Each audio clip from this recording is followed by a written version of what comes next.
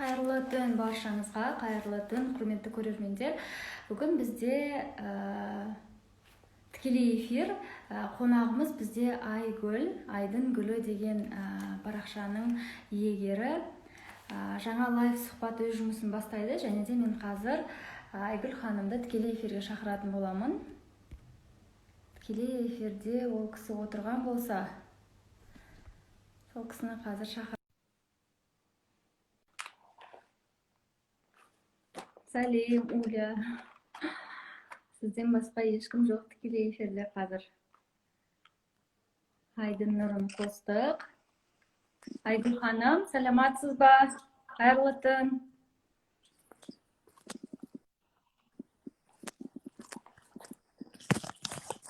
Айгүл ханым, сәлематсыз ба?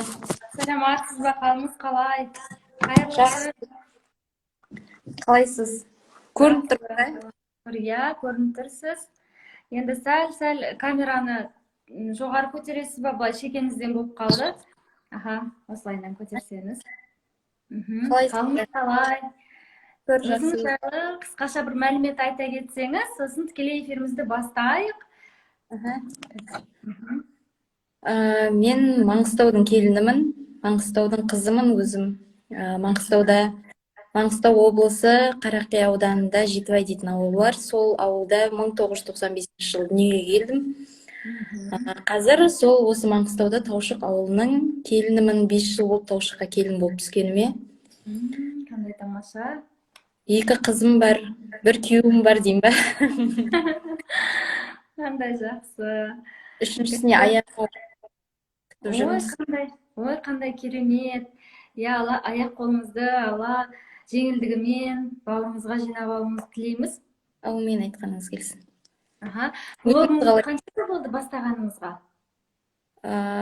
2 жылдан кетті. 2 жылдан асты, иә. Ал енді былай не болып жатыр дейді. Бұл бізде тікелей эфир, жаңа лайв сұхбат бағдарламасы. Қыздар, ешқандай да ойын емес. Мына жерде ойын ба, ақша таратады ма деп жазбаңыздар. Бүгін бізде қонақта блогер ханым, Айгүл ханым блогер, және ол кісіден сіздер блогты қалай бастасам болады деген сияқты сұрақтарыңыз болса, қорқып жүрген болсаңыздар бастауға, болмаса жеке өзіне, өміріне қатысты сұрақтар болатын болса, қоя кетсеңіздер болады. Ал енді Айгүл ханым, сізге өзіңізге осы блогты бастауға мотивация болған, түрткі болған кім деп өзіңіз айта аласыз? Және қандай блогерді сүйіп оқисыз, күнделікті таңертең ашып, соның парақшасына қызығушылық білдіртесіз?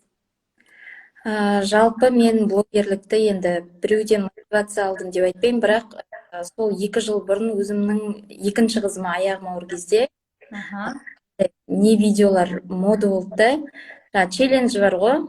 Бірінші ішпен түсіп тұрып түсетін, содан кейін экранды жапқан кезде баламен шығатын сондай видео. Сосын как раз сол кезде босануға қалаға кеткен, сосын қаладағы үйден барып сөйтіп түстім да. Үйімді көрсетіп сөйтіп 1-2 күннен кейін босандым. Босанғаннан кейін тағы ең бірінші видеомды солай жасадым. Ол видеом 15 мың ба просмотр Инстаграмда жинады. Ол кезде менде тек 3 мың ба подписчик болды Инстаграмда. Содан кейін 15 мың просмотр жинағаннан кейін енді адамға бір күш келеді ғой, неге мен де осылай түсірмеске деген сияқты. Мотивация болды, иә? Иә. Сол видеодан кейін оқырман жинап бастадым, эфирге қатысып бастадым, солай жинап бастап кеттім. Сол қызым қазір 2 жас 2 ай болып жатыр. Сол кезден бастап. Туған қызым дейсіз ғой? Иә. Қызым. Одан кейін жаңағы енді Инстаграмда да белгілі бір адамның өзінің несі контент болу керек, белгілі бір неде жұмыс жасау керек қой. Енді сол кезде менің шашым ұзын болған. Сосын сол ұзын шашымен әртүрлі прическалар жасап, көпшілігі солай танып бастады. Кейін ол прическаны тастап кеттім, шашымды қиып тастадым әйтеуір. Қазір тек келіндік өмір, үйде үй жинау, тамақ пісіру, бірақ тамақ пісірмей жүрмін енді, аяғым ауыр болғасын. Тамақты кім? Енеңізбен бірге тұрасыз ба? Иә, жоқ, пісірем ғой, бұлай Инстаграмға видео түсіріп салмаймын да. Қазір сонда блогыңыз не жайлы сіздің? Блогыңыз не жайлы қазіргі таңда? Қазір сол келіндік өмір, күнде үй жинауға сторизде мотивация берем. Одан кейін Мастер-классқа сұраныстар жоқ па? пока жоқ. Бірақ ойда бар ма сізде мастер-класс өткізу? Алла Не қаласа жөнінде? алдағы уақытта. Не жөнінде? Блог жүргізу жайында болсын, бір сенімдік өзіңіздің болады ғой, бір өзіңізде өнер бар ма, бір тігін. Маңғыстау жақта негізі көп қой ондай орамалды сәндеп тағу деген секілді, болмаса басқаша орамалдың бетіне неше түрлі әрлеулер салып, сатып деген секілді. Сондай жағынан. Жалпы өзім бұрын сол бірінші қызымды босанғаннан кейін тортты оқып алғанмын. Торт мастер-класста. Кейін сол мастер-класспен жұмыс жасап жүрдім, бірақ қазір тортты да қойғаныма 1-2 жыл болып қалды. Себебі өзім жұмыста болдым 4 айында, екінші қызым 4 айында жұмысқа шығып кеттім. Неге? Тәрбиеші болып. Содан кейін мамандығыңыз бойынша тәрбиешісіз бе, педагогсыз негізі ба? мамандығым математика мұғалімі. Бірақ ауылымызда математика мұғалімі көп болғаннан кейін екінші Кеше де математика мұғалімімен сұхбаттасқан едік, өнер өзі. Сол екінші мамандық оқып алдым, тәрбиешілікті. Сол тәрбиешілікпен жұмыс жасадым 4 айынан бастап. Қазір декреттемін. Осы бір ай енді болады ғой декретке шыққаныма. Декабрь 1-нен бастап декретке шықтым. Ал былай өзім блогерлік туралы 1 рет курс өткіздім. Білгенімді үйретіп, енді ойда бұйырса бар, бірақ өзіме де білім керек, курстарға қатысуым керек деген сияқты. Тамаша. Айгүл, бүгін біздің қонағымыздың есімі Айгүл, сұрап жатыр атыңыз кім болады деп. Енді сіз осы блогты бастағаннан кейін басқа жұмысқа шығу ойда бар ма? Мысалға қазір енді сіз өзіңіздің нәпақаңызды осы блог арқылы тауып жүрген шығарсыз, мысалға, жарнама жасау арқылы делік, басқаша жаңа бартер болуы мүмкін. Соған байланысты сіз жұмысты қойып құрсын, осы блогерлікпен ақ өз-өзімді асырай алады екем, жұмысқа шықпай ақ қойдым деп ойда бар ма олай? Әлде жоқ, жұмыста қажет деп ойлайсыз ба? Жалпы өзім енді мана айттым ғой, мен негізі тортты оқып алып, мастер-класс торт қабылдап жүрдім деп. Одан кейін мен макияжды да оқып алдым, бет әрлеуді. Сол арқылы да қазір арасында клиент қабылдаймын үйде отырып. Арасында кірпік жабыстырамын, әйтеуір солай негізі өзім былай мекеменің жұмысын мекемеге қарағанда салон ашу деген сияқты ойымда бар да. Армандарымның бірі сол салон ашу, торт жағынан да ашқым келеді, макияж, прическа жағынан да өзім қызығушылығым жоғары соларға. Ал негізі енді мамандығым бойынша математика мұғалімін енді қызылға бітіргеннен кейін диплом жатыр, 5 жыл шықпағанына неден. Негізі мамандық өмірдегі таңдаған салаңызға байланысты емес, иә? Мамандығым негізі өзім бұрында мектепте 11-ші класс оқып жүрген кезде математикадан жақсы болдым да. Сосын мектебімізге математика мұғалімі жетіспегендіктен мені соған төс деп түсірді директорлар. Бесплатно оқуға түстім, сөйтіп қызылға бітірдім, бірақ енді өмір тағдырға жазылғанын көресіз ғой. Сол сияқты тұрмысқа шығып кеттім басқа ауылға. Одан кейін жұмыс қалды, 2 бала босандым. Сөйтіп жүрген кезде енді тамаша болды қазір, иә? Адамдар қосалқы өзінің мамандық. Ал енді негізі мектеп уақытысында кішкентайыңда кім болуды армандадың? Бұған келмей тұр, математика мұғаліміне келмей тұр. Енді бірдеңе болуды армандадым деп. Сол барлығы да кішкентай кезінде дәрігер мен мұғалім ғой. Менің кішкентай қызымда, 4 жасар қызымда айтады, дәрігер боламын мен өскенде деп. Барлығымыз да сол сөзді айттық кезінде. Дәрігер, мұғалім деген сияқты. Мұғалім болдық. Аллаға шүкір. Бірақ енді қазіргі таңда мұғалімдікке барғыңыз келмейтін секілді, иә? Негізі мынау жаңағындай бет өнерге жақынсыз, иә? Иә, мекемеде былай жұмыс жасағым келмейді. Өзім бір бизнесті қолға алып, сонымен дамытып, ары қарай кетіп қалғым келеді.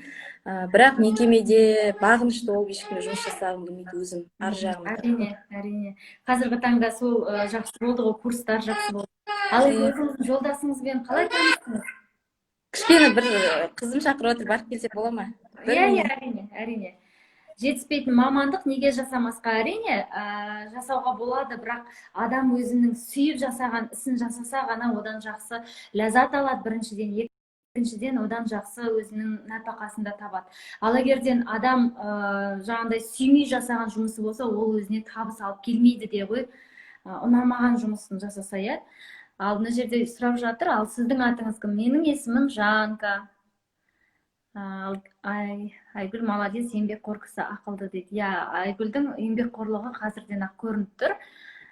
Себебі жасамайды, енді жасаған тірлігінің өзі қаншама, иә, қазірдің өзінде үйде құр отырмай, адам қабылдап отыр екен үйінде, макияж жасаймын дейді, қандай тамаша.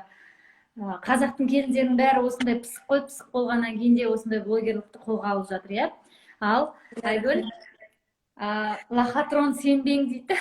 Не лохотрон, құдай ау, біз ештеңе ойнатып жатқан жоқпыз, ойын емес. Ислам, үйтіп жазбаңыз, атыңызға сай болыңыз. Біз ешкімді алдап жатқан жоқпыз бұнда. Ал Айгүл ханым, жолдасыңызбен қалай таныстыңыз, сол жайлы айтсаңыз. Жолдасыммен сол Есенов, Ақтауда Есенов университеті бар ғой, сода оқып жүрген кезде, ол 4-ші курс, мен 3-ші курс оқып жүрдік. Сол кезде ВК болды, ол кезде Инстаграм жоқ, ВКонтакте желісі. Сол жерден дружба тастап әйтеуір.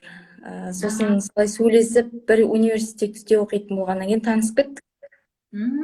Қанша осы мен қанша сұхбат алдым, барлығында бір-екі ғана қонақта болды, бір тойда таныстық деді, қонаққа барғанда таныстық, жолдастарым таныстырды деді. Бірақ бетпе-бет танысқан адамдарды аз кездестіремін қазірге. Біздің кезіміздің өзінде агентпен танысып, мысалға мен өзім агентпен танысып тұрмыз. Агент. Сізде контактімен, иә. Ал енді жолдасыңызбен кездескен кезде ұнатқан ең бірінші қасиеті, сізді ғашық қылған қасиеті, қандай қасиеті болды? Мен өзім былай жігіттермен танысқан кезде бірінші ішесің ба, шегесің ба деп сұраймын да. Не екенін білмеймін. Ішетін жігіттер ұнамайды өзіме. Сосын кейін танысқан кезде ішпеймін де, шекпеймін де, сөйтіп танысып кейін не істедік, жаңағы кездестік, бір рет кездестік. Түнде бір құрдас баласы бір қызды алып қашатын болып, соны алып қашатын кезде кездестік. Танысты, солай ең бірінші кездесуіміз сол болды да. Солай кездесіп, сөйлесіп, енді адамның дейтін сырт бейнесінен былай байқалады ғой, адамның қандай екені, жақсы ма, жаман ма деген сияқты. Бір көргеннен кәдімгі өзіме жақын сияқты көрінді, солай танысып, сөйлесіп кеттік. Адамгершілігі мол ең біріншіден. Сосын бір ұнайтын қасиеті, мені өмірінде осы 5-6 жылға дейін бір ретте болса боқтап көрген жоқ. Мысалы, көбісінің аузынан ағып кіріп көк ит шығып жатады ғой қазір. Иә. Өзің де соған сай болғаның ғой сен, Айгүл, өзің де сондай биязы, өзің де сондай жаңағы жолдасыңның айтқанын екі етпей жасап отырсаң, әрине ер адамда не қылмайды, дауыс көтермейді, ашуланбайды, ашуға булықпайды. Иә. Біз негізі әйел адамдар өзіміз тілімізден табамыз ғой. Иә, тілден табамыз. Сосын ер кісі боқтаса жылап жүреміз, мені боқтап қойды деп. Сол ғой, иә. Өзімізден екенін байқамай қаламыз. Ой, мен деген күштімін, мен мықтымын, мен байым сондай деп атады ғой ендер, иә. Иә, өзің жақсы болғаның ғой, Айгүл, сондықтан. Рахмет, иә. Тамаша, молодец, жарайсың. Үлгі болып жатсың енді. Қазірдің өзіне жас болсаң да, жас қыздарға, жас келіншектерге үлгі болып отырсың, иә. Ал енді жолдасыңмен танысқаннан кейін тұрмысқа шықтың, тойларың болды ма? Қазіргі таңда енді карантин уақытында той болып жатқан жоқ қой көп жерде. Тойымыз болды. Мен 2015 жылы ноябрь айында, ноябрьдің 25 күні өзім үйден рұқсатын алып, үйдегілердің шай ішіп кеттім. Ұзатылған жоқпын, бірақ шай ішіп шықтық үйден. Рұқсатты алып, әжем бар, ағаларым бар, барлығын рұқсатын алып шай ішіп кеттім. 25 ноябрьде осы ауылға келдім. 3 күннен кейін беташар болды. 28 ноябрь күні. Той декабрьдің 12-сі. Болмады ма, далада болды ма беташарың? Беташар үйдің алдында, иә. Жаурамадың ба, суық болмады ма? Жоқ. Енді ноябрь айы ғой жаңағы бақыттан басың айналып ақ орамалдың астында тұрасың ғой енді. Ал енді тойдың Сәлемдер. уақытысында бір есте қаларлықтай бір не қалды ма саған өзіңе? Бір білмеймін, қызық дүние болсын, болмаса жаңағы қиыншылықтар болды ма? Көйлек алған уақытта, болмаса тойдың өз ортасында бір әйтеуір бір приключение болып жатады ғой, сол сияқты. Болды ма сондай? Ол кезде ең бірінші енді қобалжу болды, себебі Фатимуш, есік жауып қойшы. Ең біріншіден қобалжу болды, себебі беташардың кезінде сәлем етеді ғой, енді кез келген бұрын сәлем етіп көрмеген, қалай етем, қай қолмен етем дегенде, оң қолмен ететінімді білсем де енді бәрі қобалжып, алдын ала айнаға қарап дайындалып қызық болған сондай. Жаңағы тойда беташарда тұрып, иә, бір 20-30 шақты рет сәлем етесің ғой. Сол кезде қалай етіп жатыр ма екен, дұрыс етіп жатыр ма екен деп іштей дейтін, қобалжып, аяқ дірілдеп, аяқта каблук сірә. Солай, одан кейін жаңағы өзіңмен құрбыңды ертіп келген жоқсың ба сен ол кезде? қасымда өзімнің сіңлім болып, сіңлімді ертіп сіңлім болып қасымда, сол үйретіп, өзі де білмейді, бірақ былай етеді ғой жеңешелер деп та жаңағы. Жаңағы оң қолда, оң қолда. Қазір 1 минут мен қыздарым дейтін. Құрметті оқырман, сұрақтарыңыз болса қоя отырыңыздар. Айгүл ханым, сұрақтарыңызға жауап беруге тырысамыз бірігіп. Тамаша, күшті сұхбат болып жатыр. Бүгін өз техникалық ақау болып жатқан жоқ, Аллаға шүкір. Кеше алдыңғы күндері тегі қатып қала береді. Мынау интернет жасамай қалса да қызық емес қой. Киноның өзі үзіліп болып жатса да көргім келмей қалады ғой, сол сияқты тікелей эфирде. Оңынан болса деп тілейміз ғой енді. Тілектеріңіз болса, сұрақтарыңыз болса қоя отырыңыздар. Бүгін бізде қонақта Айгүл ханым, өте пысық, Маңғыстаудың келіні екен, 95-ші жылғы екен, жас болса да өзі еңбекқор сондай. Ал мақтауымды тоқтата алмай жатырмын. Рахмет көп. Қайта-қайта кетіп қалып, қыздарым бірдеңе сұрайды, біресе бірдеңе сұрайды әйтеуір.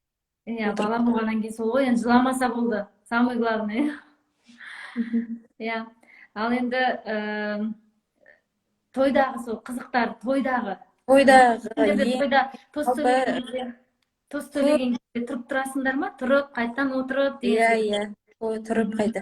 Менің ең бір нем жаңағы болады ғой адамда әттең-ай дейтін кезді да. Ондай кезім тойдың кезінде жалпы көп қыздар жаңағы тойға жаңағы күйеуге шығардың алдында көйлек таңдап сөйтеді ғой, енді ақ көйлегі өзінің арманындағысын келіп та. Менде сол қыздармен таңдау дейтін болмапты.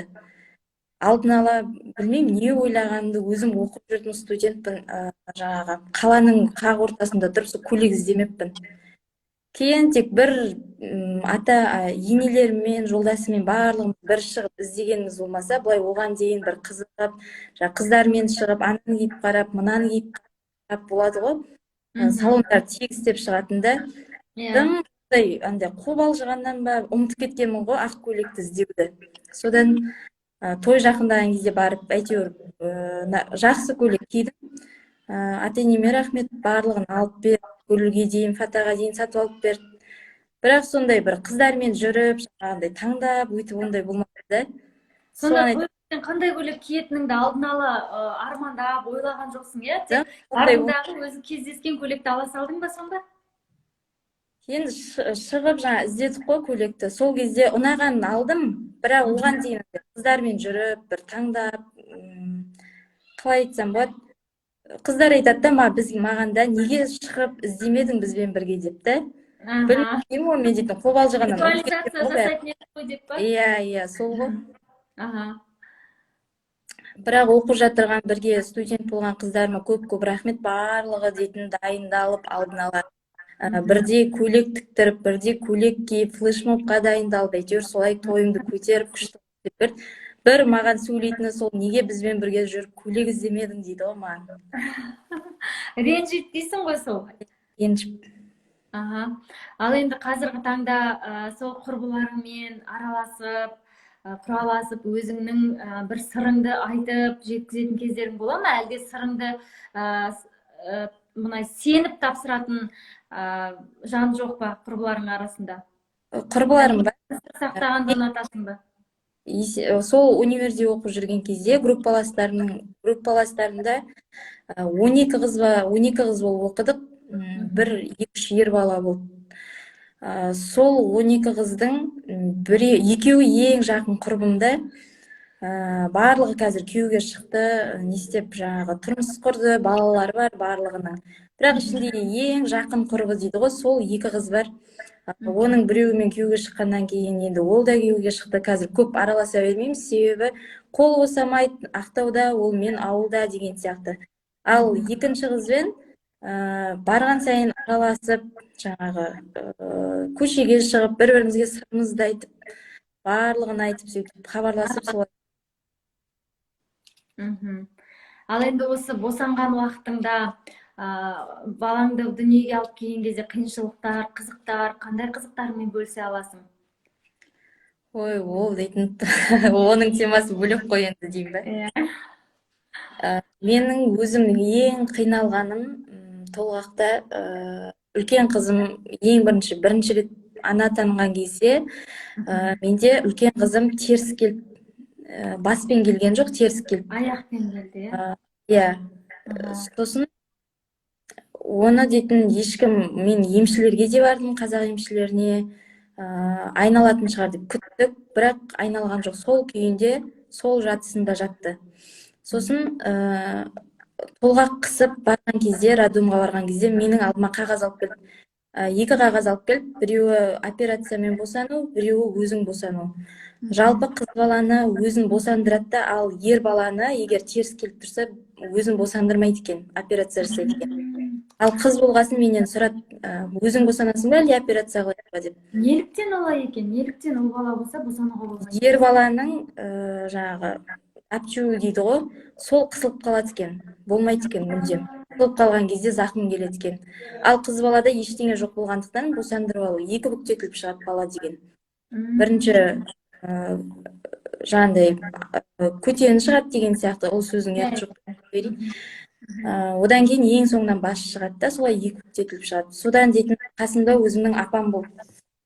Сол дейтін қоярда қоймай 1 сағат мені отырып көндірді, жаңа өзім босануға да, ештеңе етпейді, көп болса 15 минут қиналасың деп. Ал егер операция болса, сен өмір бойы уже не болады деп та, минус болады, ертең 2-ші баланы көтерген кезде де операция болу керек, 3-шісін көтергенде де операция деп. Солай мен бардым да, жаңағы өзім босанам деп қол қойып жібердім.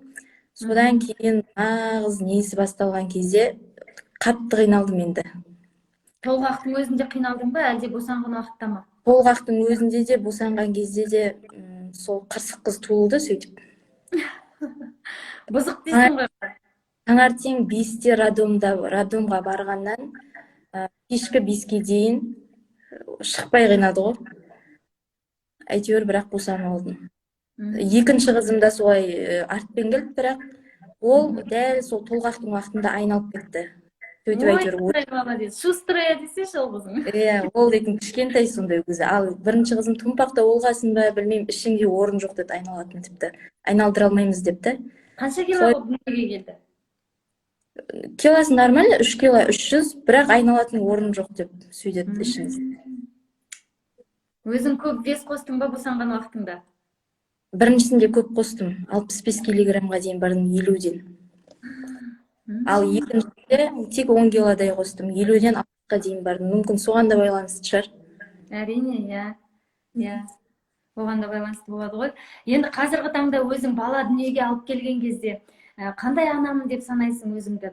Жұмсақ анасың ба, әлде қаталдаусың ба, қаталдық танытасың ба балаларыңа? Және де мысалға қазір енді бірдеңені бүлдіріп кетеді, сындырып кетеді, қиратып кетеді, сондай уақытта қалай жазалайсың баланы? Әлде құрсын дүние ғой, ештеңе етпейді деп қоя қоясың ба? Бірақ онда жоқ, бәрімізде бір шапалақпен, бір айғаймен қайтарамыз ғой. Жалпы мен өзім мындай немін да, қалай айтсам болады, бір жер жинадым ба, сол жердің шашылғанын қаламаймын. Былай енді дүние болғанда да, мен оны дүние жаңағы сынып қалды деген сияқты байқаламаймын. Бірақ таза тұрғанын жақсы көремін, қай жердің де. Сосын бірдеңе сындырса, или болмаса айқайлаймын, білмеймін. Айқайламайтын адам көрінемін, бірақ. Иә, бәріміз де айғайлаймыз ғой, бәріміз де жан даусымыз шығып жатады үйде азаннан кешке дейін. Иә, иә ондай. Онсыз ешқалай бала тәрбиеленбейді ғой, әрине. Енді мысалға мынау қыз уақытында, қыз кезінде балаға деген сезім онша білінбейді.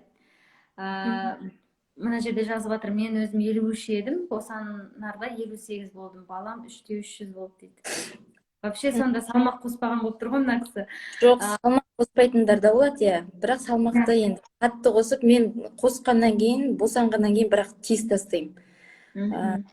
50-ға дейін кетемін, иә.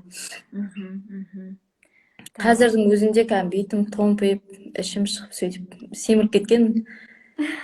Қойшы, әдем болып тұрсың. Әйел адамды осы положение сұлуландырады ғой, сондықтан сұлу болып жүр. Ал енді қазір қандай сұрақ қойып жатыр едім, Құдай-ау, ұмытып қалдым ғой. Қыз кезіңде мысалға балаға ондай сезім болмайды ғой, қандай кімнің баласы болса да еміреніп жатқан қыздарды мен анда-санда көремін. Ал бала, өзің балаң дүниеге келгенде бөлек бір өзгеше сезім оянады. Сондай бір сезімді сезіп көрдің бе өзің? Енді мысалы мен өзім негізі балажан кішкентай кезінен жаңағы үйдегі қыздардың барлығын 2013 жылғы сіңлім бар. Оның алдында 2013 емес, 2003. 2001 жылғы сіңлімді баққан жоқпын енді. Ол кезде мен өзім кішкентай болдым, мен 95 болғаннан кейін. Бірақ 2003, 2005, 2007 жылғы інім бар. Соның барлығын қолынан түсірмей, сен мен емес, сен мамасы болдың ғой деп жеңешем айтатын еді. Солай өзім жаман қатты бала жаман. Мен өзім туған апам бар, апама қарағанда, апам ұстаса мысалы, ине тығып алғандай ол бала жылайды да, бірақ мен ұстасам қалатын еді. Сондай үйдегі інілерімді де, сіңлілерім барлығын бағып өсірдім, бірақ енді өз бала бөлек болады ғой. Әрине. Міне жазып жатыр ғой, босана сала, қарны плоский болып дейді. Сіз онда, Камила ханым, онда сіз бақытты жан болдыңыз ғой, ондай болса. Және жазып жатыр, өзім емірене алмаймын дейді. Мен де жақында босандым, емірене алмаймын дейді. Емірене алмасаңыз сізде сүт шықпайды ғой, қалай шығады? Сол ғой, иә, сүт шықпай қалады. Мен өзім үлкен қызымды босанған кезде айттым ғой, немен көп жатып қалдым, еще көтенімен шыққасын, тазовое положение дейді, солай шыққаннан кейін. Мына кеудеңе қойды ма, сосын баланы босанғаннан кейін? Кеудеге қоярдың алдында ол 3 рет кіндік оратылып шықты. Қазір. Емірене алмаймын дейді. Емірену үшін балаға жақын бауырыңызға ала білу керексіз. Енді емірену үшін, кіндігі оратылып шықты да, ол жыламай шықты. Жыламай шыққаннан кейін енді менің өзім шошып кеттім басында дейтін. Ұзақ жатып қалғаннан кейін тұншығып қалдым екен, бірдеңе болып қалдым екен деп та. Сол кезде енді тірі ма деп сұрай бердім неден. Өзіңнің ауыртпашылығыңды ұмытып, баланы ойлай бастадың, бәрін ұмытып кеттім, манағы разрыв бірдеңе түгелін ұмытып кеттім да, тек ана тірі ме екен деп. Себебі дейтін, өздері врачтардың өздері шок болып қалды да, 3 рет кіндігі оратылғаннан кейін. Дәл оның алдында мені УЗИ-ге түсірген негізі. Ауысты ма екен бала деген сияқты қылып та, сол кезде ешқандай кіндігі де оратылмай тұрған. Мен қиналғаннан тек жата берген кезде жатуға болмайды екен ғой, қайта жатуға. Сол кезде бала айналып кіндігі оратылып қалады екен. Сөйтіп 3 рет кіндігі оратылып қалып шыққан кезде жыламай шыққасын өзім жаман шошып жылап жібердім да, тірі ма әйтеуір айтыңызшы тезірек деп. Сол кезде енді ең бірінші ана атанғанымды сол кезде сезіндім деп ойлаймын өзім. Сөйтіп кейін шырылдап жылаған кезде барып жүрегім орнына. Сондай сезім болған. Сол кезде сенің аналық мейірімің оянған болып тұр ғой, өзі ол балаға деген мейірімің ғой сенің. Ал енді осы қазір блогқа көшейік. Блогты бастаған кезде жолдасың қарсы болған жоқ па? Қолдады ма? Жолдасым жалпы мені қандай жағдай болса да қолдап отырады. Блог бастаған кезде ешқандай да қарсы болған жоқ. себебі оның алдында мен жаңағы мысалы макияж оқимын деген кезде де сол қолдап ақшамды тауып беріп макияжды оқытуға жібергенде сол жолдасым да торт оқимын деген кезде де ақшамды тауып беріп тортты оқытып алғанда сол жолдасым блог бастаған кезде де маған көптеген жаңағы ағайындардың қарсы пікірлер болады ғой, сондайлар келіп жатты. Сол кезде ешкімнің сөзін тыңдама, нағыз жаңағы қоймай жатса черный списокке салып таста ол адамдарды деп сөйтіп қолдап әлі күнге дейін сөйтіп мен кей кезде айтамын ғой, қорқыныш парақша жауып тастаймын ау деймін деп та. Сол кезде айтады, қой жындыма жаппа, қарайған сенің еңбегің бар ғой оның ішінде деп та. Иә, әрине. Сотканы де алып беріп жатқан сол жолдасым, әйтеуір барлығын алып беріп жатқан сол жолдасым, көп рахмет оған. Қолдап үнемі. Қолдап жатқанына үлкен алғыс, әрине. Қолдамаса бұндай блогыңыз жүрмес еді ғой, әрине, қандай тамаша. Ал енді қазір ата-енемен тұрған кезде блогты жүргізу өзіңе қиын емес пе? Мысалға бір срочно салу керек болып тұратын нәрсе, мысалға ата-енең алдында ұялып, бір сондай сезім оянбай ма? Жалпы енді ондай қатты олар ұялатындай ештеңе салмаймын инстаграмға да. Мысалы шашымды жалып алдында телефон шұқылап отыру, сол жайлы сұрап жатырмын да, мысалға. Ондай жағдайда енді көп шықмауға тырысамын көзінше. Сосын мысалы бір жағдайды айтайын, мысалы кеше мен осы прямой эфирде ойын ойнатып отырдым. Ойын ойнатып отқан кезде біздің үйде қуанышты бір жағдай болып жатыр да. Атам жаңа жұмыс орнына ауысып, солай аяқ астынан үйге 10 шақты 15 шақты кісі кіріп келді мен ойын ойнатқан кезде. Енді былай қарап отырсаң, маған ойыннан гөрі жаңағы ата-енемнің алдында қызмет жасап қонақтарды қарсы алу маңызды ғой. Содан прямойымнан шығып барлығын тастап жүгірдім қонақтарға қарай, 2 шәйнегімді ұстап алып. Сөйтіп бірақ ескертіп сторизде солай қонақ келіп қалды. Кейбір оқырмандарым ренжіді, шыны керек. Сен дейтін өйтіп, ол дейтін әділ емес қой деген сияқты болды да. Бірақ барынша түсіндіріп айттым, міне осылай қонақ келіп қалды, мен отырмаймын ғой, ойын ойнатып жатырмын, кішкене күте тұрыңыз сендер, мен ойынды бітірейін, сосын барып шай беремін деп та. Сол сияқты ең бірінші сол отбасымның амандығы, солардың алғысын алып жүру ғой. Содан кейін блогты жүргіземін дейсің ғой. Блогты.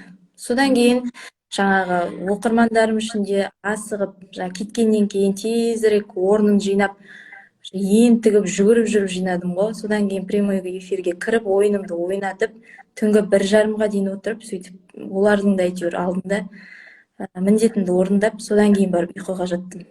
Әрине, қазіргі енді мынау айтып жатыр ғой, бәрі лохотрон деп. Сол видеоны көрдіңіз бе? Мен ол блогер кісі ма, қандай ер кісі екенін білмеймін, бірақ бүгін мен ол кісіні өзім сторисіма салдым. Блогерлардың жаңағындай ойынға шақырып, енді ол шыны керек адамға жамандық тілеген, иә. Мысалға Саберкеннің өзі де айтты ғой, болотаға тығасың адамдарды деп, сол сияқты сондай предложенияға сен өзің қалай қарайсың? Мысалға сондай жарнама саған түсіп жатса, мысалға сен жарнамалайтын ба едің? Оны осыдан бір ай бұрын айтқан сторизімде өзімнің. Егер маған сондай бір ойын ұсынып, жаңағындай болады ғой, 60 мың ұтасың, 70 мың ұтасың, блогерлер сатады ғой. Егер сондай жаңағы ойынына келіп жатырса реклама, маған 100 мың теңге берем десе де, мен ондай рекламаны өз басыма алмаймын. Себебі мен тек қана жарнама жасамаймын емес, мен де жасаймын, шынымен табуға болатын жолдарын. Мысалы Фаберлик компаниясы, халал жол. Арифлейм компаниясы, мысалы менің өзімде Greenway компаниясында жұмыс жасаймын, сол Greenway компаниясының өнімдерін ұсынып, тек қана сол жағдайда ғана реклама жасаймын. Ал былай бірдеңені басқан кезде 70 мың ұтасың, 80 мың ұтасың дегенге өзім білмеймін. Егер шын болған жағдайда да жасамаймын деп уәде бергенмін өз-өзіме. Ол кісілердің енді ұсынып жатқаны шыны керек адамға, мысалға сен өз бауырыңа жамандық ойламайсың. Мысалға мына ақша беремін саған, 100 мың беремін, сен бардағы осыны ставкіге қой да ойна деп та, мысалға, иә. Болмаса жаңағы игровой автоматқа салып таста 100 мыңды деп айтпайсың ғой, мысалға. Иә, ол дейтін бап шабама дейді ғой. Мысалы, менде көп балалы аналар бар. Мені кәдімгідей сұрайды да менен, саған сенеміз енді, сенің жасап отқан рекламаң дұрыс па? Мен солай ақша табайын деп едім, 5 балам бар деп кәдімгідей сұрайды. Сол кезде иә, айтам, егер сіздің көңіліңіз қалап тұрса, егер жасаймын десеңіз, жасаңыз, себебі шын деп та, өзімнің жасап не істеп отырған рекламамды солай айтам, түсіндіріп. Бірақ жаңағындай, алдында біреу жас, мысалы, менен көмек сұрап жазды, сіз дейтін сторизіңізге саласыз ба, мен алданып қалдым, 10 мың теңге бересің, 2 сағаттың ішінде 150 мың теңге қылып қайтарамыз деп, соған 10 мың теңге салып жіберді.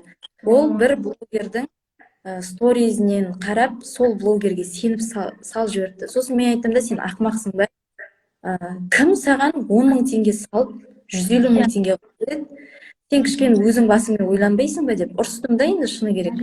Себебі егер ол шынымен де 150 мың теңге алатын болса, ол өзі ешкімге реклама жасамай-ақ 10 мың теңгесін салып, 150 мың теңгесін алып отырар еді. Ол ар жағында ешқандай да ондай сізге ешкім 150 мың теңге бермейді. 3 күн күттіңіз, 30 күн күттіңіз, ешкім сізге 150 мың теңге бермейді. Енді кеткен ақшаңыз кетті, мен ештеңе істей алмаймын деп солай айтқанмын. Сол сияқты, мысалы, біреулер алданып жатады, біреулер жоқ, енді өзіміздің қазақтар, өзіміздің қазақты мазақ қылғаны не сұмдық деймін, енді мейлі құрсын, жабайық бұл тақырыпты, өздері білсін, енді ол адамдардың өздерінің ұятында ол тірлік. Жасады ма өздері мойнымен көтерсін енді, иә. Бірақ енді қазіргі таңда осы сіздердің аттарыңызға кір келіп жатыр да, мысалға сіздер келіндер жаман нәрсе айтпайсыздар, жаман нәрсе жарнамаламайсыздар, кәдімгі қарапайым біз сияқты келінсіздер сіздер де, иә, үйде отырған. Сондықтан да сіздердің аттарыңызға кір келтіріп отыр. Мысалы қазірдің өзінде бір адамның жазған комментариясының өзі маған кішкене мынандай реніш емес әрине, бірақ енді все-таки неприятно ғой, лохотрон, өтірік алдап жатыр деген сияқты деген. Мне кажется, просто ұят тірлік та. Енді осы блогты бастаған уақытыңда өзің, осы жүріп бара жатқанында сен сторис түсірдің мысалға, иә? Сторис түсірген кезде қай кезден бастап прям мынандай активный бола бастады парақшаң? 1 жылдан кейін ба, 1,5 жылдан кейін ба? Енді қазір айтып тұрсың, 2 жыл болып қалып жүргізгеніме деп. Сонда сторис салған кезінде просмотр қаншадан бастап ұлғая бастады? Мен басында 5 просмотр, 10 просмотр дегеннен. Мен басында жаңағы 2 жыл 2 ай болғанмен, мен басында сразу инстаграмды қолға алып кеткен жоқпын. Мен тек оқырман санын жинадым. Бір видеолар түсірдім, бір күні бар болдым, бір күні жоқ болдым. Бір күн салсам 10 күнге жоғалып кеткен күндерім де болды. Сторис вообще түсірген жоқпын мен басында. Сторизге ұялатын едім. Жаңағы қысылып, былай қарағанда елдің алдына шығасың ғой енді. Тіпті өзімді көрсеткен жоқпын. Ол дейтін бір 5-6 ай ма, 1 жыл ма есімде жоқ. Бірақ сол уақытқа дейін мен тек арасында салам постымды.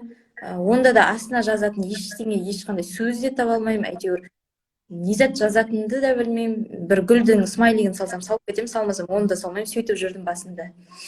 Кейін 1 жыл уақыт өткеннен кейін ананы қарадым, мынаның инстаграмын қарадым енді. Кейін қолға алайыншы деп та, не болып кетті өзі деп. Сөйтіп кейін жаңағы сторис түсіріп бастадым. Қысылып, сол бір күніне 2-3 сторис түсірсем түсірем, түсірмесем түсірмеймін, сөйтіп жүрдім. Стористеріңіздің просмотрлары қанша болды мысалға сол салдыңыз? Басында енді 1000-ға жетпеген, сондай болады ғой. Басында 3000 адам болды, одан кейін бір 10 мыңға жеткізіп алдым. 10 мыңның бір 200-300-і қараса қарайды неңді, сторизіңді. Онда да арасында бір салғасын, кім екеніңді де танымайды әйтеуір. Сөйтіп жүрдім, кейін барып, осы 1 жылдан кейін барып сөйтіп көтерілген шығар. Бірақ енді мынау инстаграмда бір өкінетінім, өзімнің оқырман саным 60 мыңнан асқан кезде менің сторис просмотрым 15 мың болды. 15 мың, 10 мың мен 15 мыңның аралығында болды. Сосын мен ол кезде статистиканың барлығын инстаграмға салып отыратын едім да. Сосын сол кезде көп жаңағы статистикама қызығып көбі. Сосын парақшам сат болып кетті. Күнде сат шеш деп. Содан бардым да парақшам сатып жібердім. Неше? Осы 2020-ның мартта сатып жібердім. Марттың соңында ма сатып жібердім. Соған жаман өкінемін. Не үшін саттым, басым шырайды. Өзім дейтін зорға қанша адамдық парақша еді? 60 мың адамды Ал енді қазір жинап алдым, бірақ өз еңбегіммен қайта. Иә, сатып жібердім. Сатып жібергеннен кейін дәл сол ақшаны солай мен гифке салдым. Қайтадан не істедім? Жаңағыдай Гифті мысалға, гиф жайлы. оқырман жинап та. Бірақ гифтің бір несі, біреулер гиф өткізеді, бот арқылы өткізеді. Ботпен де парақшаңды өлік қылып тастайды кәдімгідей. Ал біреулер кәдімгі тірі оқырман жинап береді. Бірақ сонда да парақша ондай қатты активный болмайды гифтен. Себебі теневой бан дейтін бар инстаграмда да, күніне 1000 адам қосылса, автоматты түрде теневой банға кіргізіп жібереді адамды. Солай теневой баннан шыға алмай жүрдім. Сөйтіп, әйтеуір көтерілді ғой қазір. Статистикамда енді гифті ойнатқан кезде ше, мысалға кейбіреулер кәдімгі гиф ойнатамын деп жарнамалап адам жинап, ақшасын алып, сөйтіп барып ойнатады. Ал сен солай ойнаттың ба, әлде өзің қалтаңнан шығарып ойнаттың ба гифті? Гифті мен дейтін осы уақытқа дейін гиф ұйымдастырып көрген жоқпын. Осы ұйымдастырып атқаныма бір 3-4 айдың көлемі болған шығар. Бірінші гифім өтті. Себебі оны да дейтін көп ұзақ ойланып, қорқып сөйтіп өткіздім. Себебі енді қарайған адамдың спонсор деп не істеген екен, олардың да міндетін дұрыстап алдында міндетін олардың да алдында адам жинап беру керек деген сияқты. Солай ең бірінші гифімді 2000-2500 подписчикке гарантия деп 2000-2500 теңгеден солай қабылдап ойнаттым да. Сосын оны бірақ жинап бердім әйтеуір. Оқырмандарымның арқасында енді сөйтіп оларға, бірақ оқырмандарыма да сотка ойнаттым, солай бірінші гифімді өткіздім. Одан кейін екінші гиф осы жақында үшінші гифім өтті. Одан кейін әлі қолға алып атқан жоқпын. Негізі теневой банда екеніңді қалай білуге болады? Теневой банда екенімді, мысалы, осылай прямой эфирге кірген кезде менде мына комментария деп тұрады ғой. Соған мен ештеңе жаза алмаймын. Теневой банда болсам. Содан кейін жаза алмаймын дейсің ба, шыға алмаймын дейсің ба? Жаза алмаймын. Мына комментарияға бірдеңе прикрепить етіп жазып қояйын деймін ғой, мысалы. Сізде мысалы қазір жазыла ма сіздікі? Жаздым мен, иә. Жазылып тұр ма? Мен мысалы соны жаза алмаймын. Содан кейін екінші білуге болады, жаңағы сторис просмотры 1000-1500, 2000 аралығында болып қалады. Слишком түсіп кетеді, өзіңнің просмотрыңнан 1000-1500 адам қарайтын болып қалады тек. Ал енді ол теневой баннан қалай шығуға болады, және шыққаныңды қайдан білесің? Теневой баннан мен шығатынның жолын білмеймін. Себебі дейтін. Өзім де шығып аламын дедім ғой. Иә. Себебі дейтін, шығуға тырысам, шыға алмаймын, бірақ. Жоқ, шыққаныңды қайдан білесің деймін да, теневой баннан шығып. Сосын менің теневой банда жатқанымды білетін бір себебім, кейбір оқырмандарым жазып кетеді, неше күннен бері жоқсыз ғой, қайдасыз, таба алмай қалдым парақшаңызды деп. Маған жаңа подписация етіліп тұрса да, мені көре алмайды. Көп адам көре алмайды. Менің сторизімді де көре алмайды, салған посттарымды да көре алмайды. Салған посттарым тек 100 лайк, 150 лайк сондай жинап қалды да. Бұдан білем сразу. Мысалы, бүгінде бір оқырман жазып жатыр маған. Сіз дейтін, неше күннен бері таба алмадым, қайда жоқ болып кеттіңіз деп та. Мен айтам да, сонда дейтін, неше күн бойы пост салып жатырмын, сторис салып жатырмын, ештеңе көрінбей ма десем, жоқ дейді. Сіз ештеңе көрінбей тұр деп. Сол арқылы білуге болады, бірақ қалай шығудың жолын білмеймін. Ал енді ол қанша уақытта тұруы мүмкін теневой банда? Қанша уақыт тұруы мүмкін? 2 апта сондай тұратын сияқты, 2-3 аптадай. Инстаграмда мүлдем тастап кетіп, сосын барып бастау керек дейсің ғой, бір-екі айға, бір-екі аптаға. Жоқ, 1-2 аптаға тастасаң статистикаң вообще 0 болып қалады. Оны тастай алмайсың. Кәдімгіде күндегіше жүргізе беру керексің дейсің ғой. Көрген адам көреді, көрмеген адам енді көрмейді. Бір күн көреді. В общем, гифке қатысуға онда онша не жоқ, иә? Гифке қатысуға болады, мини-гифтерге қатысуға болады. Себебі мини-гифтерге 1-2 мың подписчикке. Себебі олар біріншіден жаңағыдай охватын көтеріледі, статистикаң көтеріледі да олардан. Ал 10 мыңға, 50 мыңға, 100ға деген. 100-150 мыңдар ше, олар қандай болды? кетесің. Иә, олар дейтін енді кәдімгідей охватты 0 қылып тастайды. Сол себепті мини-гифтерге қатысып, статистика көтеріп, немесе қазір блогерлерде кругтар болып жатыр ғой. Иә. Сондайларға қатысып, енді статистика қазір көтеріп. мысалға да мен өзім де кругта болдым. Шыны керек, адамдарды ол жерде алдамайды. Мен шынымен жазылдым ба, подписка жасадым ба, шынымен ақша тараттық біз ше. Мысалға мен өзім шынымен тараттым, және де куртка ойнаттым, бір куртка. Танымайтын адамға Шымкентке салып жібердім, мысалға бір қызға, иә. Ол қыз да 1-2 айда ма сондайда алды ол куртканы. Ақшаны және 2 қызға бердім, 2 қызға бөліп бердім. Танымайтын адамға бердім, мысалға мен өз қалтамнан сол ақшаны шығарып, ешкімді алдаған жоқпын, ешкімге. Енді мысалға қарап тұрсаң, кімге сеніп, кімге сенбейтінін білмейсің, иә, мысалға. Машина ойнатып жатыр, iPhone 12 ойнатып жатыр. Вот сондай адамдарға қалай сенуге болады? Мысалға қазір де жазып отыр ғой мына. Одан не пайда дейді, әлі түсінбеймін, қанша адамға жазылсам да ұтпадым дейді, иә. Бірақ ол бар ғой, мен негізі ойлаймын, ешқандай блогер өтірік ойнатпайды. Барлығы да мен оқырмандарына ойнатады. Ұтатын просто адамның бағы бар, бабы бар дейді. Мысалы, мен өзімді салыстыратын болсам. Слишком активный оқырмандар болады екен, иә, арасында. Мысалы, біз 2 күн бұрын 35 блогер болып круг ойнаттық жаңағыдай. Оқырмандарға сториздер штраф ойыны арқылы 150 000 теңге тараттық. Оны каждыйымыз өзіміз күніне штрафқа түскен кезде өзіміздің қалтамыздан шығарып отырдық. Ешкімнен біз ақша жоқпыз, әркім өз қалтасынан таратып отырды. Біз де бір танымайтын адам бердік. Танымайтын адамдарға оған көп адам қатысты. Енді бірақ дейтін ішінде дейтін кәдімгі аңдып отыратын қасқыр адамдар бар екен ғой. Бір кәдімгі енді дейтін аңдығанда да бар ғой. Бір қыздың өзі 4-5 рет жеңген қыздар да болды мысалы. Біз дейтін ана қыздан да сол қыз жеңіп жатыр, мына қыздан да сол қыз жеңіп жатыр, ана басқа сол қыз жеңіп жатыр да. Біз айтамыз ғой, сонда басқа адамдар қайда деп та, олар уже дейтін маман болып алған дейді да жаңағы қыздар. Сондай нелерге қатысып, аңдып отырады дейді олар дейтін. Маманы болып кім қазір қашан салады екен деп бүйтіп обновить етіп отыра ма Инстаграм білмеймін, бірақ солай ұтқан қыздар болды. Иә, бізде де сондай болды. Ал енді ол ұтты дедік, иә, мысалға. Содан кейін саған агрессивный комментариялар неге келуін.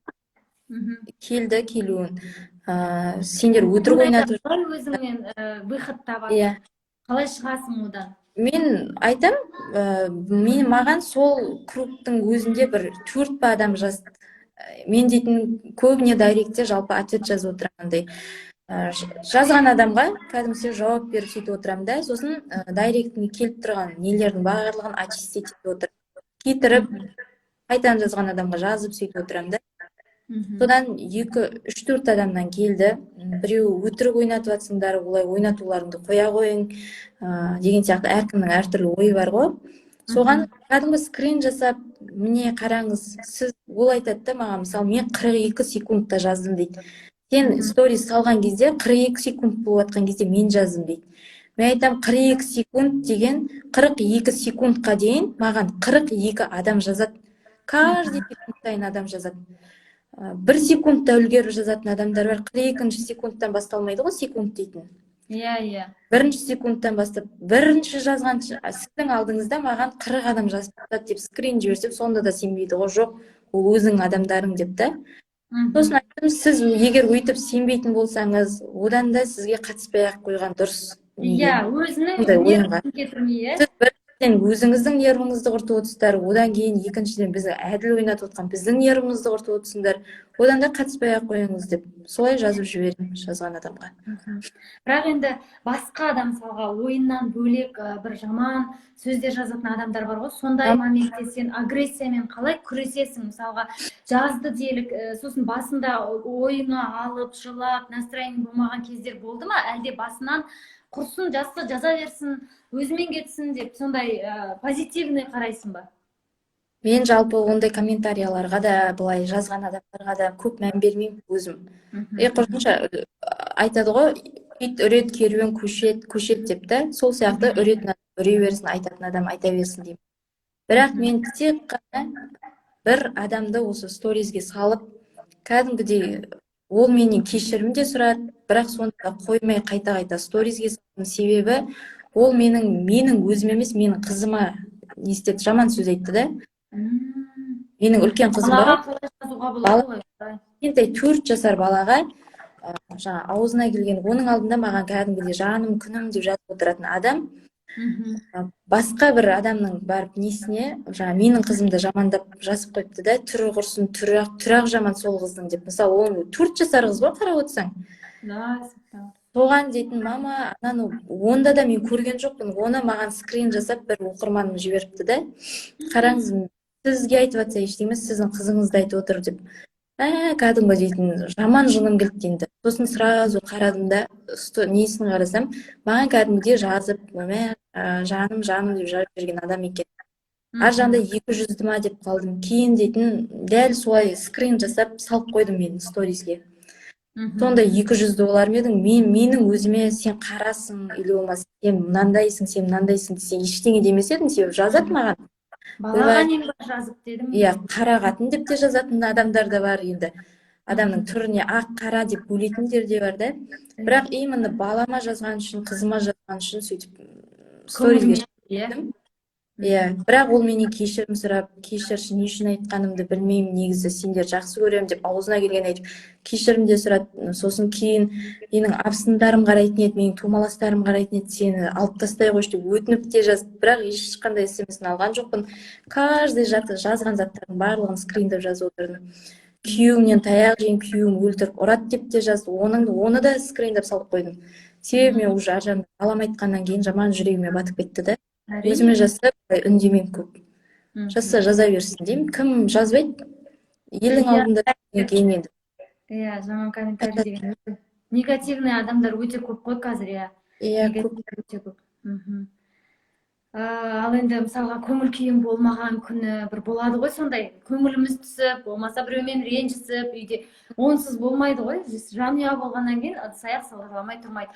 Сондай моменттерде, сондай кезеңдерде парақшаңды тастайсың ба, әлде онда да түсіре бересің ба? Қазір бар ғой, блогерлар бар, жылап, боздап болса да бәрін салады, кәдімгі сериал ұқсатып. Кеше ғана мысалға мен осы Сома мен Ерболаттың парақшасында подписанымын, өзің білетін шығарсың, Қазақстанда тоже не ғой, танымал жанұя ғой. Кеше ғана келіншегі жылап жатты, мына жақтан күйеуі 60 мыңға носки әкеліп берді оған деген сияқты, иә. 120 мыңға 2 носки, 60 мыңнан 120 мыңға 2 носки, Гуччидің носкиін әкеліп берді ғой. Соның бәрін қалғанда екеуі бір сериал сияқты ғой, қарап отырады. Сол сияқты өзіңге бір жылағаныңды, көңілің түскеніне дейін түсіресің ба, әлде ондай моментте телефонды өшіріп қоя қоясың ба?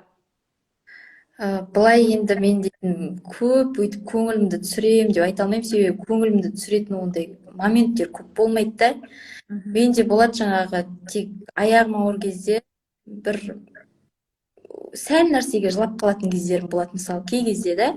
Былай өйтіп көп ұрыс керіс дейтінге былай күйеуімде өзімде жоқпыз. Ой, қандай тамашасыңдар сендер. Секретін айтсаңдаршы, не ол? Білмеймін, былай енді. Қандай пилюля ішесіңдер, айтсаңдаршы. Біреулер болады ғой енді, күнде ұрыс, төбелес, қырылыс жаңағындай. Мысалға мен өзім жолдасыммен еркелеп ұрысып қаламын мысалға. Сондай кездерім болады. Олай ұрыспай, бүйтіп покладисті өмір сүретін білмеймін, қалай ол? Білмеймін, екеуміз де былтиып жүре береміз деймін бе? Сондай ондай көп болмайды вообще. Шынымды айтсам, былай керіспейміз ба, білмеймін, или болмаса. Керісіп келейін ба бар? Көңіл күйің болмаған уақытта парақшаны жүргізе бересің ба?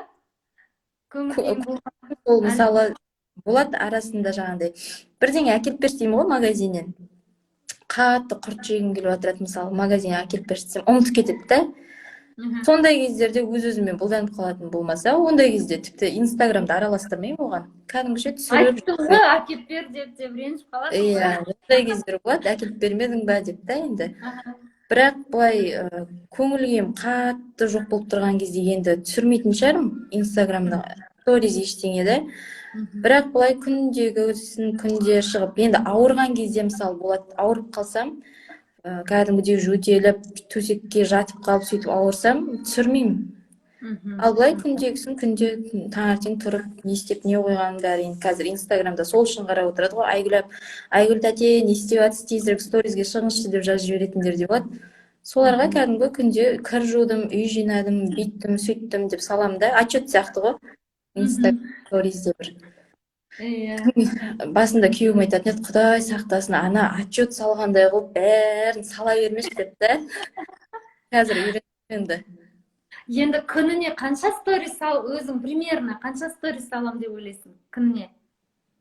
Кей кезде таңертеңнен түнге дейін. Негізі сторизде де бір өзінің саны бар сияқты шығаратын. Ол дейтін. Бірақ енді осы көрем ғой мен, ана Бузова болсын, мысалға Динара Саджан, кішкентай точка. Иә, олар мен себебім осы уақытқа дейін мен өйтіп салып көрмеппін. Жаңағыдай точка қылып та. Мен тек 20-30 сторис салсам салам, сондай салам да. Одан артық салып көрмеппін. Сосын бір күні қалаға барған кезде ананы да түсіргенмін, мынаны да түсіргенмін.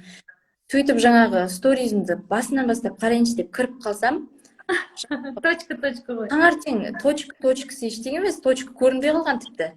Ана таңертең саламын ғой, мысалы қалаға келдім деген сол сториздерім жоқ та, алдыңғы сториздер кете береді екен жаңағы. Сөйтіп, мына инстаграмға не болып кеткен деп. Сөйтіп содан білдім жаңағы. Көп салсаң, мысалы 70-тен ба асып кетсе жаңағы сториздің саны 70-тен де алдыңғыларын өшіре береді екен. Алдыңғылары архив. Уақыты болмаса да өшіре береді. Иә, уақыты болмаса да, мысалы 8 сағат бұрын салынған болса, 8 сағаттық жаңағы не жоқ болып кетеді да, келесі. Сол кезде барып бір білдім оның да не, ондай несі бар екен инстаграм. Өзінің определенный саны бар дейсің. Ол сосын отырып алып санадым ғой жаңағы сторизді. Неше сторизге сонда жоқ болып кетеді екен деп. Сөйтсем 74 па или 64 па есімде болмай тұр неше екені. Бірақ ол 64 или 74-тен кейін уже автоматты түрде өшіре береді екен. Сол кезде тек бір рет салған шығармын сөйтіп точка қылып. Ал былай 20, 30, 40 содан аспайды. Сол отчет деген түсінбеймін, несіне саласыздар дейді ер адам көзіне түсіп. Жоқ, келіндердің арасында ер кісі, мне кажется, келіндерді оқымайды деп ойлаймын. Қызық емес қой ер кісілерге. Иә, ондай. Енді өзінің туыстары болмаса, мысалға, атақ былай бөтен ер кісіге келіндердің парақшасы қызық болады деп ойламаймын мен өзім. Иә, мысалы менің өзіме қызық, сен парақша мысалға қарап отырғанда қызық болады ол деген. Иә, мотивация мысалға, иә. Мысалы, менде 100%-ның 85% әйел адамдар, қалған 15% ер адамдар, бірақ ер адамдардың барлығы танитын, өзімнің жаңа құрдас балдарым бар, мысалы мені қарайтын жаңа күйеуімнің құрдас балдары, бүйтіп жатыр, сөйтіп жатыр деп айтып отырады кей кезде солар. Сондай өзім таныс бір ағайын, сосын мысалы қайны інілерім бар, қайын-інілерім. Сосын кішкентай жаңа қайын-інілерім бар. Бауырларым бар болуы мүмкін, иә, бауырларым бар. Сол адамдар қарайды, былай бөтен адам кіріп, кей кезде болады сторизде отқан кезде, жаңағыдай ер адамның парақшасымен или фейк па, или бір ер адамдар кіріп алып, аузына келген жазатындар болады. Арасында да сразу скрыть етіп тастаймын, отыра беремін сосын. Иә, ол енді дұрыс, иә, әрине. Ал былай ер адам болады деп айтпаймын енді, себебі қазақтың қарапайым келінін қайдағы бір ер адам қарамайды шығар деп ойлаймын өз басым. Иә, әрине, тем более күйеуің бар кезде қарамайды ғой, иә. Келіншектер ғана қарайды ғой, келіннің парақшасы келінге ғана қызық деп ойлаймын мен. Және мысалға жаңа айтып жатсың ғой, күйеуімнің жолдастары қарайды деп, солар мысалға жолдастардың келіншектері, болмаса өзіңнің таныс, жеңгең, мысалға келін, абысын деген сияқты өзіңнен қызығып, бір осы менде парақша жүргізгім келеді, секретін айтшы, қалай жүргізсем болады деген сияқты бола ма сондай сенде сұраныстар саған деген? Маған да үйретші, бір жасайын мен де деп. Ондай жалпы негізі қызығып сөйтіп түсіретіндер бар. Себебі дейтін, мен құрдас келіншектерімде де бар осы инстаграмды былай жүргізіп кетпегенмен, жаңды видеоларға қызығып, арасында түсіріп, монтаждап, WhatsApp-ында не бар ғой, статусы бар ғой, сондай жерлерге салып қояды да. Ар жағында енді барлығы да қызығушылықтан ғой, балдарын түсіріп, мысалы салып қояды, или болмаса жаңағыдай бүйтіп экран жауып қалған кезде әйтеуір бір басқаша киім, или секіріп қалған кезде басқаша киім деген сияқты бар ғой жаңағыдай. видеолар сондайларды түсіреді. Бірақ сенен көмек сұрап көрген емес, Ондай көп болған жоқ, бірақ кей кезде жаңағы өзімнің таныстарым неге қатысады, маған гифке қатысады, оқырман санын көбейтемін деп та. Былай Ал тикток түсіресің ба өзің? тикток арасында ермекке түсіріп инстаграмға салып сөйтіп отырамын. Ал енді мынандай болады ғой, бір Былай тикток кіріп кеткен жоқпын ішіне, бірақ арасында жаңағы ойлағандарын сол айтайын дегенім, тиктокқа түсіріп бір ерсі өзіне бір жараспайтын биді билеп, жараспайтын тірлік істеп тұратындар болады ғой. Сондай өзіңнің бір сүйіп оқитын блогерің сондай тірлік жасады ма? Сен өзіңнен, туф, Құдай, мынау өзіне жарасып тұрған жоқ, не істеп жатыр деген сияқты ой болды ма сенде? Менде бар ғой, былай енді сүйіп оқитын блогер деп ондай қатты ешкімді қарамаймын екен. Танимын, барлығын танимын. Мысалы, Ера мен Сома не істеймін, арасында интересный қылған кезде, или болмаса былай жатып, кей кезде нелерін қараймын да. Былай өзімнің жазылып қойған адамдарым, өзімнің құрбыларым, мысалы, Шымкент қаласының келіндері бар ғой, жаңағындай Салтанат дейтін келін бар, Гаухар дейтін келін бар. Соларды бір-бірімізге постоянно көмектесіп тұрамыз, мысалы. Солардың несіне жазылып қойғанмын. Сосын өзімнің туған келінім бар, Ботагөз деген. Ол да өзім туған келінім Ботагөз деген келіншек бар, осы Маңғыстаудың. Соны қараймын енді. Өзім туған апам да сол блогер қарап деп жүрген. Сол бар. Сондай өзімнің жақын таныс араласып, бір-бірімізге көмектесіп қойып жүретін блогерлеріміз бар. Бірақ олар дейтін ерсі қылық көрсетіп, бір орамалын лақтырып жіберіп ештеңе түсірмейді да. Барлығы да сол бастарында ақ орамал. Сабырлы сөйтіп жүреді. Өзім де былай тиктокқа кіріп енді шашымды жалбыратып жіберіп, секіріп билемеймін. Арасында орамалмен осылай тұрып жүретініміз бар. Әрине, қандай тамаша. Сол сендер жақта, Маңғыстау жақта енді мынау жилетка, көйлек, мынандай неше түрлі қазақша әдемі салпыншақтар тағады ғой енді. Сондай өзіңнің гардеробыңда көп пе? Көп, ондай бір 20-30 демеймін, бірақ әйтеуір бар, 15 шақтысы ма. Енемнің бұрынғы киген жаңағы, ол кезде де киді ғой, камзолы, ішіндегі бешпенті, сол енемдікі бар, сосын артымнан келгендері де бар, сосын қазірге неше түрлі модымен шығып жатыр ғой.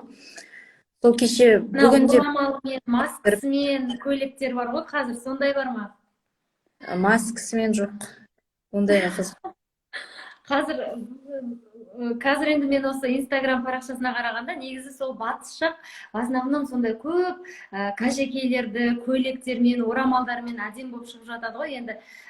Сол мысалға сендерде көп не ма? Отырыстарға мысалға, жаңа беташар болсын. Кез келген мерекеде сонда сендер солай әдемі қазақша киіммен шығып, барлықтарын шығасыңдар, солай? Мысалы, ертең наурыз айындағы мерекелерде барлығы ұзын шашақты орамалдармен, ақ көйлектермен, сыртынан неше түрін киіп, сөйтіп шығады. Күшті, тамаша.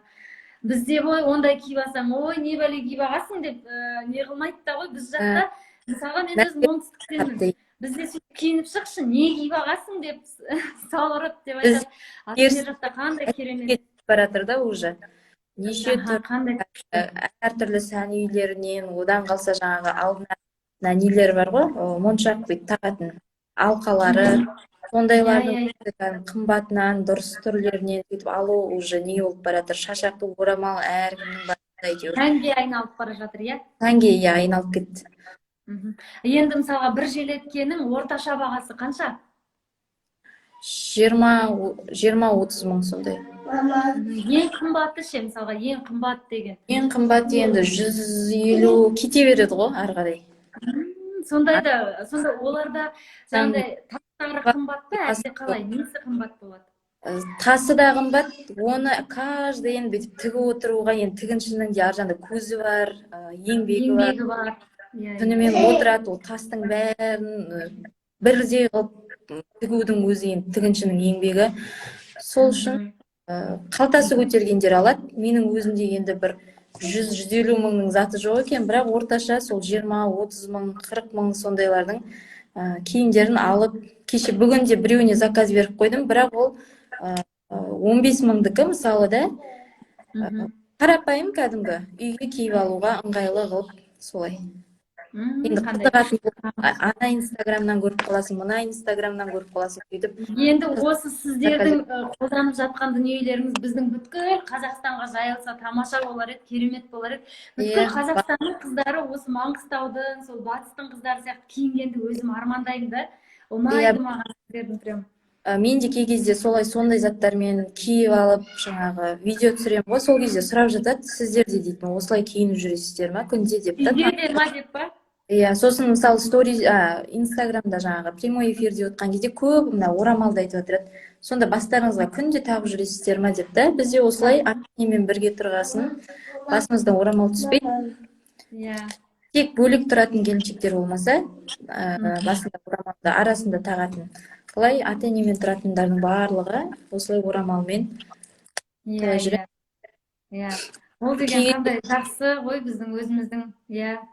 Бізде үстіне киетін көйлек бар ғой, сол штапель көйлек дейді, полотно көйлек дейді біреуі. Сондай көйлек бар, алды емізуге ыңғайлы, ашылып жабылатын. Кәдімгі деңгейге ыңғайлы, етегі ұзын сондай көйлек та. Енді ондай көйлекті жилеткамен бірге тапсырыс бересіз ба, қалай ол? Жоқ, бізде дейтін Маңғыстауда ондай өзің тіктірсең де болады, матасын алып тігіншілерге, немесе базарда енді түрі тұрады ондайлардың да. Бағасы қаншадан басталады? Тігінге тапсырыс берсең де, үйге көйлектерді ме? Иә, көйлектерді, аха. Ұзын штапельден көйлектерді бағасы қаншадан басталады шамамен? Мысалы, базарда 2,5 мың, 3,5 мың деп тұрады. Ол жаңағы жұқа матадан тігілген да, жаңағы арзан матадан дейді ғой, былай қарағанда. Сондайлардан тұрады. Ал егер өзім жоқ, андай дубайский матадан или болмаса дұрыс штапельден тігем дейтін болсаң, оның матасының өзін бір 3-4 мың, 4-5 мыңға алып, былай тігіншіге тағы да 2-3 мыңға тіктіріп, общий 7-8 мыңға тіктіріп алуыңызға болады. Қандай жақсы. Мен былай өзім тігіншіге де тіктірем арасында. Сосын үйге киіп тастауға болады ғой деп кей кезде базардан да ала қоямын, дайын түрін. Тіктіріп жүремін ба деп та. Себебі тіктірудің өзі ұзақ уақыт алады, себебі тігіншілердің қолы бос емес, алдын ала. Тапсырыс көп мүмкін, иә? Тапсырыс көп, ондай көйлектерге вообще көп, себебі дейтін Маңғыстауда енді каждый үйдің, мысалы, енеміз де сондай көйлек киеді, өзіміз де сондай көйлек киетін болғандықтан тапсырыс өте көп. Күшті, қызығып отырмын ғой сендерге. Қандай күшті сендер. Бізге де сондай көйлекпен не киіп алады ғой астына, жаңағыдай. Трико сияқты киеді ғой сіздерде. Қай жақта? Сондайды біз қызық көреміз. Иә, біз соны қызық көреміз. Қандай ол киінген қызық қой деп та. Ал керісінше бізді қызық көріп отырады, жаңа сторизде үй жинап отырамын ғой, сол кезде айтады, ана етегің салтылдап үй жинауға кедергі кетпей ма деп та. Біз үйреніп кеткен уже жинай береміз кәдімгіше.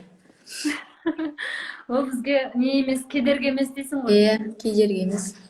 Ал енді өзіңнің оқырмандарыңа бір блогер болғысы келетін келіндерге қандай бір кеңес берер едің, өзіңнен бір 3 кеңес болса? Блогерлер. Ең бірінші енді, егер блогер болам, солай дамытам дейтін болса, ең бастысы адам ұялмау керек. Ұялсаң қала бересің. Батыл болу керек. Бір мысалы қыздар жазады, солай жаңағы тумаластарым қарайды, ұялам деп та. Ең бірінші ұялмай кәдімгі солай өзіңді ашып көрсетіп, инстаграмда қалай бар, 200-ленбей, қалай барсың, дәл солай көрсету керек. Екіншіден, енді өзіңнің бір бағытыңды таңдап, мысалы, не түсірем, енді инстаграмға блогер болу үшін бірдеңе түсіруің керек қой. Ол не түсірем деген сияқты алдына былай не істеп қоюың керек та. Мен мысалы, ең бірінші бастаған кезде мен сол шашпен бастадым дедім ғой. Шаштың дейтін енді неше түрін жасап жүрдім. Көп оқырмандарым шаш арқылы танып жүрді. Кейін барып уже шашты қойып макияжға көштім, одан тортқа көштім, тортты да неше түрлі істеп инстаграмға салып жүрдім монтаждап. Содан бәрін тастадым да ең соңында не боларын білмей тикток түсірдім әйтеуір. Ол тикток түсіріп жүріп қазір енді сол келіндік анау мынау жаңағы үй жинау мотивация деп сондай заттар түсіремін. Өзіңдікін тапқанша бәрін жасап өзіңнің бір неңді табуың керек та. иә. Алға былай түсіріп енді не істеп кететін адам келіндік өмір ма или болмаса қыз болса мысалы не түсіресің соны бірінші алдыңа мақсат қойып қоюың керек. Одан кейін барып енді оқырман санын көбейтіп, оны да оқырман санын көбейтудің де бір жол сол гиф қой. Ең бірінші танылған кезде бәрібір гифке қатысып бір оқырман жинап алуың керек. Сен гифсіз мысалы 100 адамың бар дейді мысалы инстаграмда да 100 адаммен сен сразу 1000 адам 20 мың адам немесе 10 мың адам сразу жинай алмайсың ғой. Сол үшін гифке қатысып жаңағыдай видеоларды көп салып, ол да бір видео салғанда да жаңағыдай качествосы дұрыс, адам өтетін, адам қызығарлықтай, қызығатын, дұрыс монтаждалған сондай видео болса, ары қарай енді бастап кетеді ғой барлығы да. Қорқатын ештеңе жоқ дейсің ғой. Ең бірінші ұялмасаң, жаңағы тумаластардың сөзіне бүйтіп жылап қалмайтын болса, мысалы. Комментарияларға, агрессивный.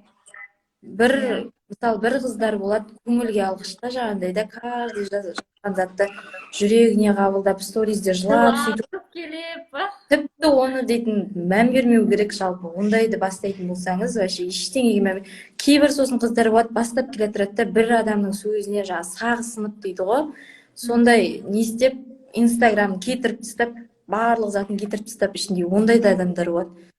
Бастайсыз ба, ешкімнің сөзіне мән бермеу керек, ешкімнен ұялмау керек. Бірақ ұялмаймын екен деп қайдағы жоқ бір заттарды түсіріп, ондай емес енді. Дұрыс жағынан өзің салмақты ұстап сөйтіп түсірсең, ары қарай дамытып қандай тамаша кеңес қыздар, ал түртіп алыңыздар. Мінекей Айгүлден күшті сіздерге кеңес берілді. Енді жаңадан түскен келіндерге қандай кеңес берер едің? Ең бірінші не істемеу керек және не істеу керек? Жаңадан түскен келіндерге енді ең біріншіден жаңа үйге барған кезде менде де болды ол. Мысалы жаңа үйге келгеннен кейін кішкене үйренісе салмай, басында жылап сөйттім.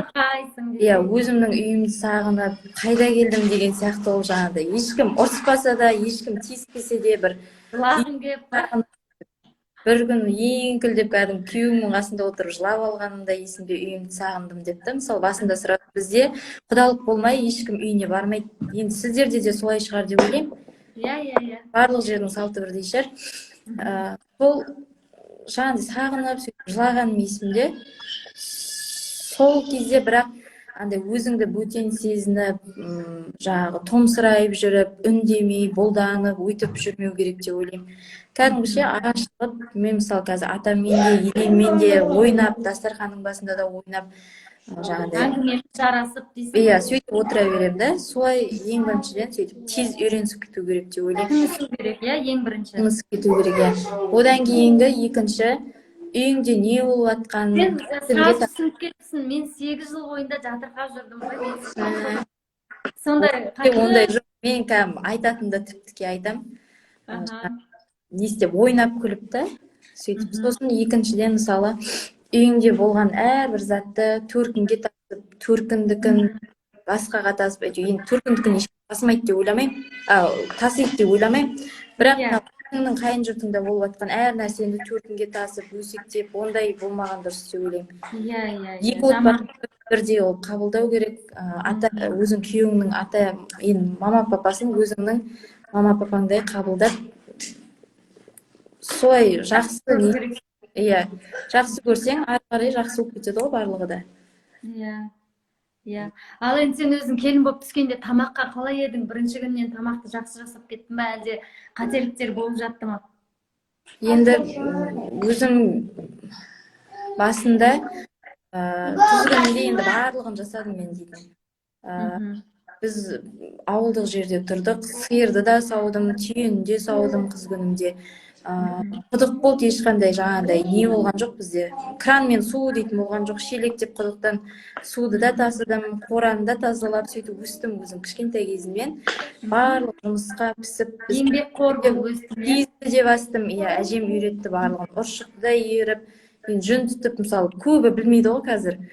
Иә, ұмыт болып кеткен оның бәрі, иә. Жаңағы ненің ағаш үйдің басқұры бар ғой, басқұр дейтін несі бар, тоқитын. Соны тоқып та үйреткен әжем мен апам маған. Солай жүрдім, бірақ тамақты енді күшті пісіріп, енді жеңешем болғасын пісірмеппін тамақты. Кейін оқып жүрген кезде бір тамақ пісірем деп жаңа қазанның еттің бәрін күйдіріп, қазанды күйдіріп тастағанмын ғой, сөйтіп оқып жүрген кезімде. Бірақ келін болып түскеннен кейін әйтеуір үйдегілерге звондап, жеңешеге звондап, бірінші не істейтін еді деген сияқты кейбір заттарды сұрадым жаңағыдай. Бірақ сразу үйреніп, әйтеуір интернеттен қарадым, сөйтіп үйреніп кеттім. Иә, қазір енді YouTube помощь бар ғой. Иә. Үйлердің енді басында келген кезде тәтті, міне менің үлкен қызым. Сұлу қыз. Қанақ ойнашеш бар? Жолдасыңа ұқсаған ба? Әжесіне ұқсаған ба, жолдасыма ұқсаған ба, әйтеуір білмеймін. Құдай-ай. Машалла. Бараба. Еркелеп жүр. Нема, үлкен қызың қай жаста қазір? 4 жастан кетті. Мектепке дайындық жоқ па? Қазір пока садикке баратын еді, бірақ карантин, енді садик жоқ бізде, жасамайды, жұмыс жасамайды. Есік жаба ғой, Фатимаш. Есік жоқ келейін.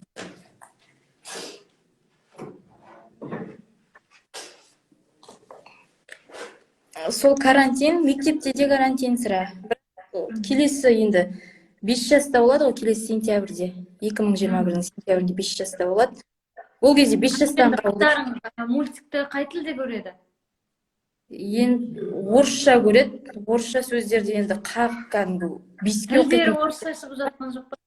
Тілі орысша, бірдеңе десең, спасибо десең, на здоровье дей ма, білмеймін, әйтеуір тілі тастай. Себебі қазір бізде Қазақстанның каналдарынан сапалы мультиктер көрсетпеген соң, Настя сияқты себебі дейтін, соны көреді де жатады да постоянно. Сосын орысша сөздің барлығын енді үйреніп алған. Какая красивая деп келіп тұрады ғой. Оның барлығын қайдан үйреніп жатсың деп да. Мультиктің де пайдасы бар екен. Иә, орысша жақсы сөйлейді қазір балалар. Бізде жақсы сөйлеп жатыр қазір орысша. Ағылшыншада thank you деп қояды, мысалы, бірдеңе істеп беремін ғой, рахмет дегенде ағылшынша айтып жатыр кей кезде. Мультик көргеннің арқасында біраз зат үйреніпсің ғой деп.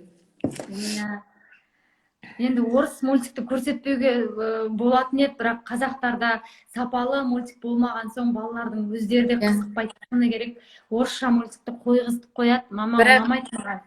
Тайша бірдеңе басқа тілдерді өзім көрсетпеуге несем, егер естіп қалсам, жаңағы бірдеңе басқа тілдерді естіп қалсам, сразу өзгертіп беремін да, басқасын қарай қойшы деп. Себебі ана не тіліне түсінбейді бала, не айтып жатыр, тіпті түсініксіз мультик болған. Не үйретіп жатқаны да белгісіз ғой, енді Құдай сақтасын ондай нәрселер. Иә. Қазақстанның қай қалаларында болдың өзің?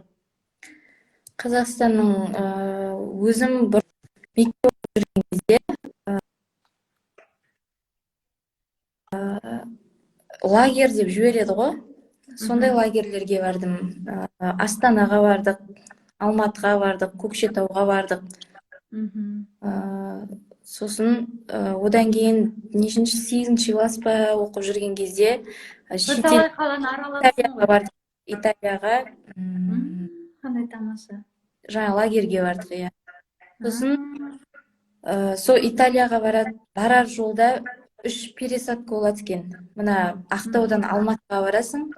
Алматыда бір күн болып, ары қарай Германияға барасың. Германиядан сол жақта болып, одан кейін Италияға барады екенсің. Обратно тағы солай жүреді екен. Сол кезде сол қалаларды көріп келдім. Ой, қандай күшті. Иә, жақсы. Шетелге шығып келдің десе, тіпті Қазақстанды емес. Самолетке мініп, сол кезде мінген шығармын самолетке. Иә. Ал енді Қазақстанның қай қаласы қатты саған ұнады? Енді Қазақстанның бірталай қаласында болыпсың. Қай қала бәрінен жақын, бәрінен жылы, Енді бәрінен барлығы деген жаңағыдай айтады ғой не деп, Алматы деп та. Мен өзім негізі Алматыға қатты не істеймін. Тағы да барғым келіп, жаңағыдай болғым келіп сол қалада да қыдырып. қызығасың, иә?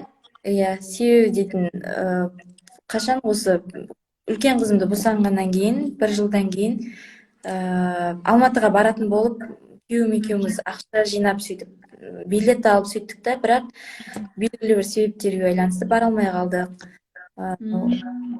Бір үлкен атам, Алматы иә, қала.